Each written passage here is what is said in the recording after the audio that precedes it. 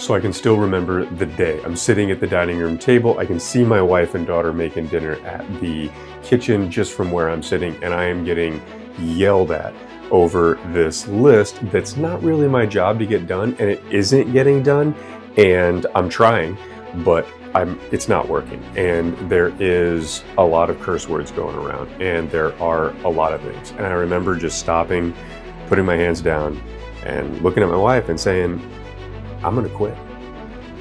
And the truth is that I did right there. I just decided that I was done.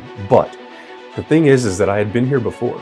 So you don't like your boss at your job.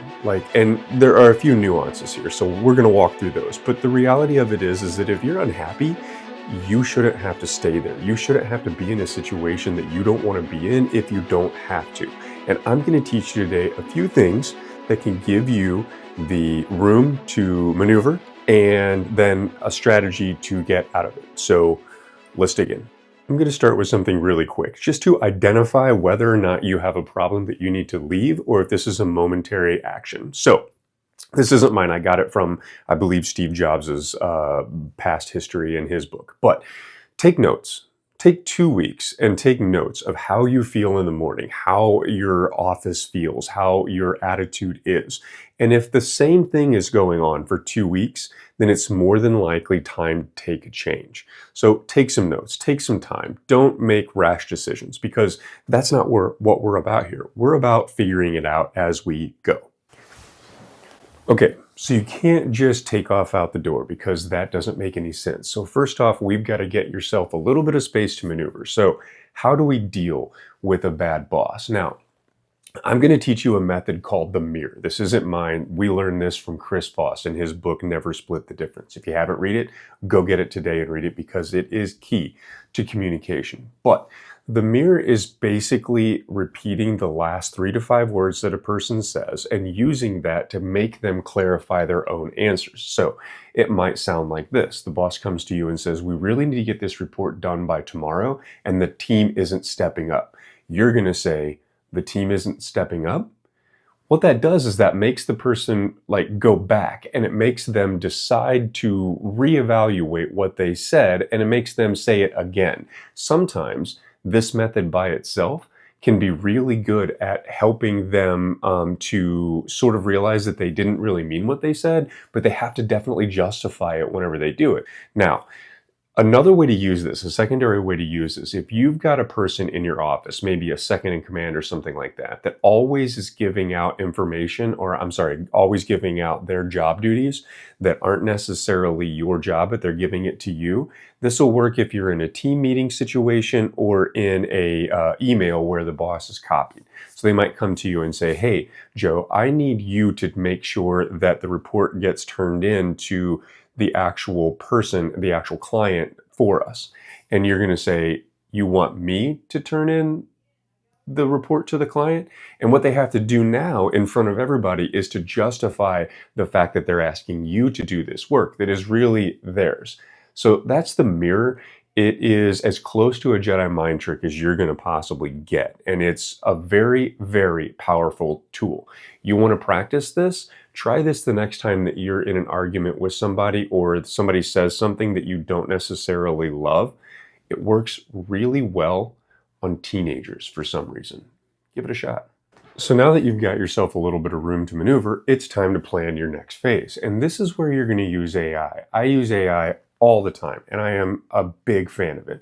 So what you're going to do is you're going to go to your favorite AI tool, and you're going to say, act as a career coach and help me plan my next move. I'm not really happy in my current job. You can ask it things like, ask me a series of questions to help me get to the next step, or help me build a business plan for making my own business out of this situation. These are my skills. So I want you to realize that one problem that people do with AI is they ask it one question. We're too used to Googling things and just being a single question and then reading the information that comes out and then being done with it. AI doesn't have to work that way. I want you to have a conversation with it. I don't want you to just use AI. I want you to use your brain as well. I want you to use the people that you have a relationship with, the personal board of directors that you have, if you will, your friends, your wife, your children, your coworkers that you super trust, because be careful with that one. You don't want to let people know that you're planning an escape before you plan an escape. But the truth is that you should put a lot of thought into what your next move is going to be. You don't have to necessarily strike out on your own and build your own business. It might simply be about shifting a small thing. It might even be changing departments because your particular boss isn't somebody that you get along with. But I want you to use AI and plan this next move. It doesn't have to be fast. With the mirror method and some of the other stuff that I've taught you in videos, I think it's a good idea. Now, if you are interested in a side hustle, I did a video last week about the ways that AI says that you can build a side hustle. And you can see that video. I'll link to it here. It's actually a pretty good deep dive into some of the ways that I think are good and some of the ways that I don't think are actually good to make a side hustle. So the last thing to do is leave. So here's what I suggest is be super professional and put it in writing. Don't air your grievances. Don't use this as a sounding board, as a time to make your personal feelings known. That time has passed. You have decided that you're going to leave. So I would put it in writing. I would basically write a letter that explains your intent to leave. Now, do you have to give 2 weeks? No. It's polite, but you don't necessarily always have to give 2 weeks. And I've found that sometimes, especially in a sales position, you're not going to get 2 weeks. I've actually had a situation where I was cut off from my resources in the company by the end of the day. So the truth is that it's going to happen in a bunch of different things. But whatever it is that happens, you're going to be super professional and super polite. You might get some bargaining. You might get from the boss, hey, I didn't know this was going to happen, and we'd like you to stick around. They might throw money at you. There might be a whole bunch of different things that could actually happen at this point. But you've already made your choice. You've already set the plan in motion. You've already decided what it is that you want to do. And now you're just tactically working through the plan step by step. So that's it.